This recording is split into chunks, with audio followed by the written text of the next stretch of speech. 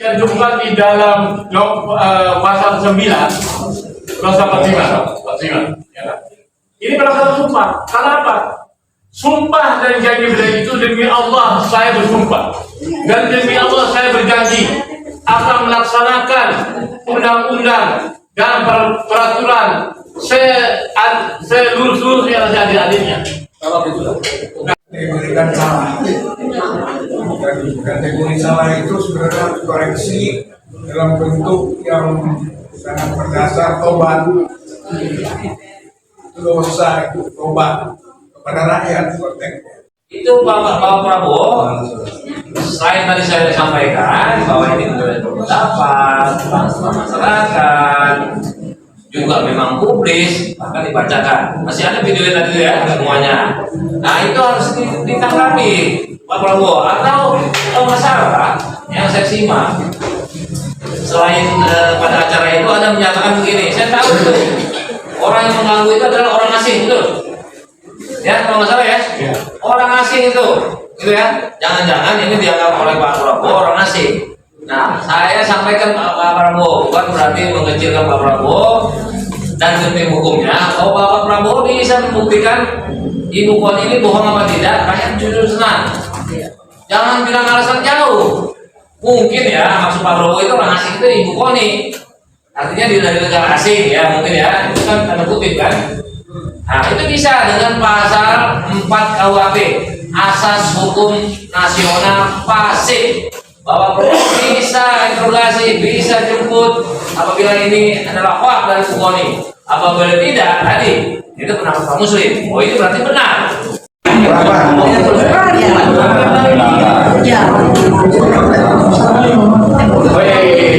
Layar itu dibuka paksa oleh getar suaramu sendiri. Kemarin di atas mimbar engkau menggonggong puja-puji kepada Jokowi yang merusak demokrasi dan konstitusi. Engkau berlawanan dengan rakyat. Engkau berkoar, hidup Jokowi, hidup Jokowi, hidup Jokowi. Sementara rakyat bersuara, hidup rakyat, NKRI harga mati. Otakmu di mana? Perasaanmu di mana? 285 juta mata terbelalak menatap pidato. 285 juta rakyat mendengar tajam pidato. Kemana arah politik? Di mana wajah kebijaksanaan?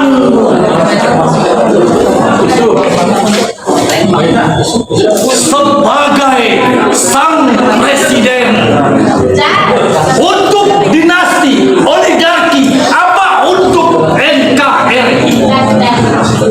Allah Subhanahu wa ta'ala membuka tabirmu tak berlama-lama. Ternyata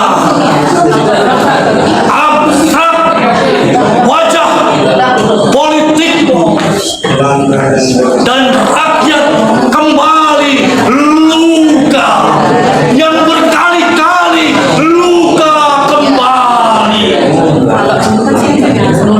Kalau begitu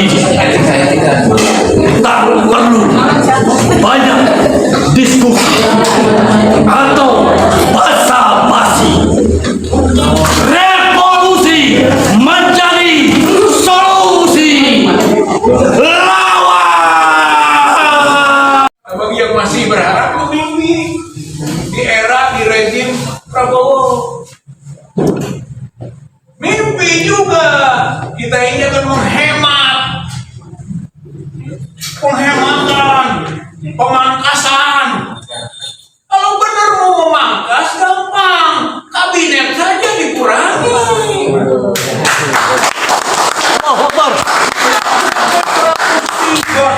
108 ya kan menteri ya, ada wamen, ada menko, pangkas jadi 25 saja. Betul. 25 menteri tanpa menko, tanpa wamen, baru namanya itu penghematan, baru pemangkasan, dan tidak mengorbankan rakyat. Jangan sampai memangkas rakyat yang dirugikan. Fasilitas rakyat, pelayanan rakyat, jadi korban. Walaupun ternyata Prabowo-nya juga playing victim, bermain sebagai korban. Saya mau membersihkan korupsi di negeri ini, tapi masih ada birokrasi raja-raja kecil. Tuh kan, dia bermain korban, playing victim. Kontradiksi, dia namanya paradoks. Makanya dia bikin buku Paradoks Indonesia. Sebenarnya paradoks dirinya itu split personality, itu namanya personalitas yang ganda. Antara omong-omong dengan realita beda. Di Dubai, di Dubai dinyatakan bank air. Nah, Korupsi. Jadi ini apa? Ada tuh, hubungannya? ada. Itulah yang kita maksud tadi, bahwa di Dubai itu World Government Summit, gitu kan? Itu menyatakan itu negeri Indonesia ini korupsi sudah merajalela. Kan begitu tadi tuh, saya ingin membersihkan, tapi ada birokrasi. Nah itu tadi kaitannya ada fikih. Nanti mengenai Harusnya iyalah kan mengambil kebijakan, nggak usah berkeluh kesah, nggak usah curhat di dunia internasional, memalukan negeri Indonesia itu. Itu sama dengan memalukan kita sendiri, bangsa negara ini. PM aja ditakut masuk. Itu mau ini prestasi mudah ya, itu gambaran. Jadi betul itu gambaran tadi.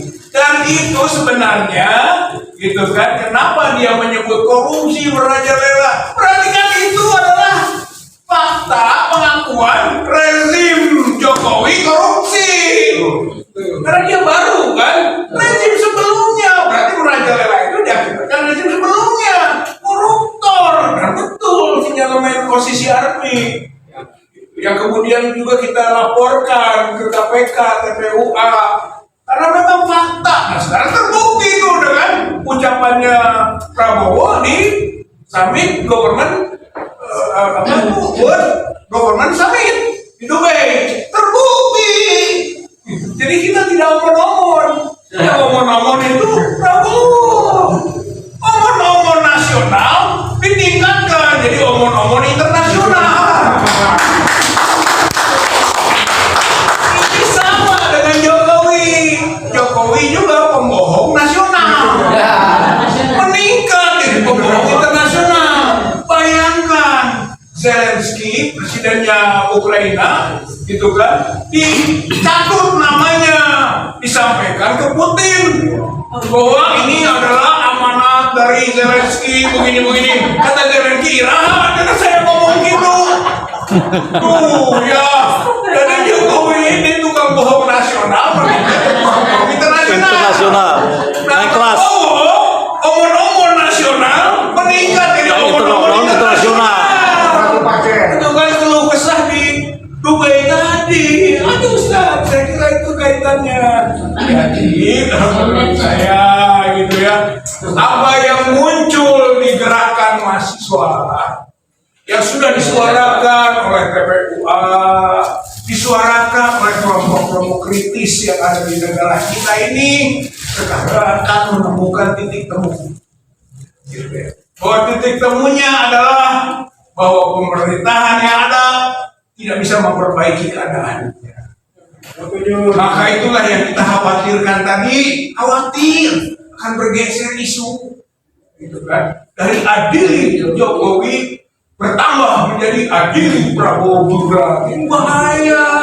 Itu berarti masyarakat sudah tidak percaya lagi kepada pemerintahnya. Lalu apa yang diharapkan pemerintah itu kalau tidak percaya rakyat? Tadi kan kulukum rohim, wa kulukum mas'ulun an rohiyati. Rakyat harusnya sebagai fondasi. Jadi Jokowi yang sudah meninggalkan rakyat mau diikuti sama Prabowo yang meninggalkan rakyat juga. Gitu. Lalu apa artinya ini?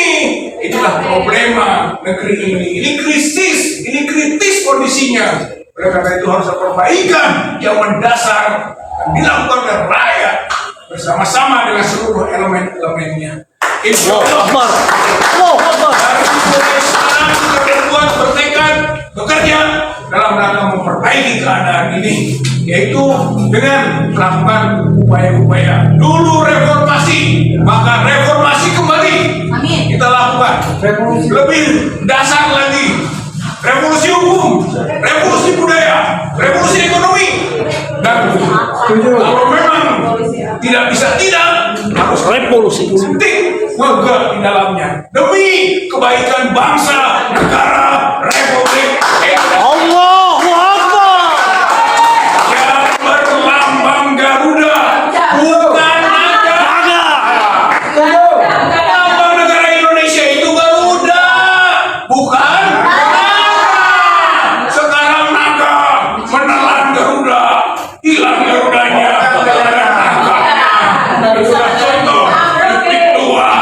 Maka insya Allah ya kita bekerja bersama dalam rangka mengubah keadaan ke arah yang lebih baik. Amin. Nasrul minallah wa fathun qarib wa basyiril mu'minin. Wassalamu